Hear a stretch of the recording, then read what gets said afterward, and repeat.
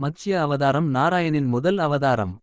ஓம் நமோ நாராயணாய என்று பக்தி நிறைந்த தொடக்கம்.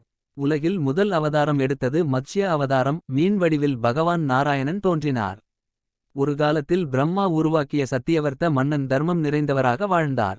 ஒரு நாள் அவர் நதியில் அர்ச்சனை செய்து கொண்டிருந்தபோது அவரது கைகளில் ஒரு சிறிய மீன் தோன்றியது. அந்த மீன் மன்னனை நோக்கி என்னை காப்பாற்றுங்கள் என்று விண்ணப்பித்தது. மன்னன் அதனை குடத்தில் வைத்தார், ஆனால் அது வேகமாக வளர்ந்தது. பின்னர் அதை குளத்தில், பின்பு ஆற்றில், கடைசியில் பெருங்கடலில் விட்டார். அங்கு அந்த மீன் மிகப்பெரிய வடிவத்தை எடுத்தது. அதுவே பகவான் நாராயணன் தனது மத்ஸ்ய அவதாரமாக வெளிப்பட்டது. கடல் கொள்ளை மற்றும் பிரளயம். நாராயணன் மன்னனை நோக்கி விரைவில் பிரளயம் வரப்போகிறது என்று அறிவித்தார். உலகம் முழுவதும் நீரில் மூழ்கப் போகிறது. உயிர்களைக் காப்பாற்ற ஒரு பெரிய படகு கட்டும்படி சொன்னார். அந்த படகில் மனிதர்கள், விலங்குகள், மூலிகைகள், வேதங்கள் அனைத்தையும் ஏற்றும்படி உத்தரவு செய்தார்.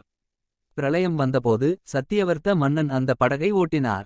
அப்போது நாராயணன் மீன் வடிவில் வந்து படகை தனது கொம்பில் கட்டிக்கொண்டு கடலின் அலைகளை கடந்து பாதுகாத்தார். மத்ஸ்ய அவதாரம் நமக்கு சொல்லும் பாடம்.